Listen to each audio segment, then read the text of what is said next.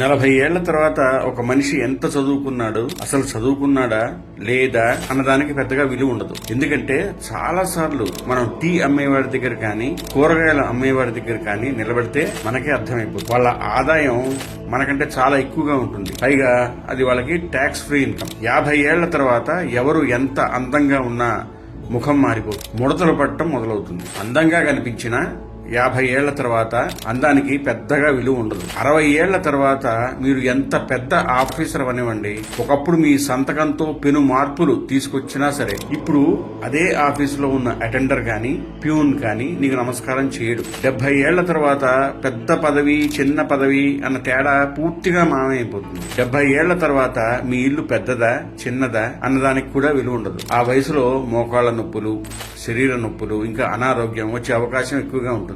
పెద్ద ఇల్లు ఉంటే ఒక గది నుంచి ఇంకో గదికి వెళ్లడమే కష్టం అయిపోతుంది. చిన్న ఇల్లు ఉంటేనే సౌకర్యంగా ఉంటుందేమో అని అనిపిస్తుంది. అందుకే 70 ఏళ్ల తర్వాత పెద్ద ఇల్లు చిన్న ఇల్లు అని తేడా ఉండదు. 80 ఏళ్ల తర్వాత మీ బ్యాంకులో ₹1,00,00,000 ఉండనివ్వండి, మీ టేబుల్ మీద ఉండేది మాత్రం ₹100 మందురే. మొత్తం జీవితం అంతా డబ్బు కోసం పరిగెత్తి ఎన్నో మంచి పనులు చేసి చివరికి మిగిలిన డబ్బుతో ఆ వయసులో హాయిగా ఆనందిస్తాం అని అనుకుంటాం మనం. కానీ అప్పటికి వచ్చేసరికి ఆనందం కాదు, కేవలం రోగాలు బాధలు మాత్రమే మిగులుతాయి. మనం మన కళ్ళ ముందే చూస్తున్నాం, మన బంధువులు మన పిల్లలు మన సంపాదనని అనుభవిస్తారు, మనం మాత్రం ఇంట్లో పని వాళ్లల్లా మిగిలిపోతాం. అందుకే ఇప్పుడున్న చోటే ఆగండి. భగవంతుడు మీకు ఇచ్చిన దానిని సరైన విధంగా సరైన సమయంలో ఉపయోగించడం నేర్చుకోండి. ఎందుకంటే చివరి క్షణాల్లో భక్తికి మించిన ఆయుధం లేదు, శరణాగతికి మించిన ఆయుధం లేదు, భగవంతుడికి మించిన శక్తి లేదు, విశ్వాసానికి మించిన విజయ మార్గం లేదు.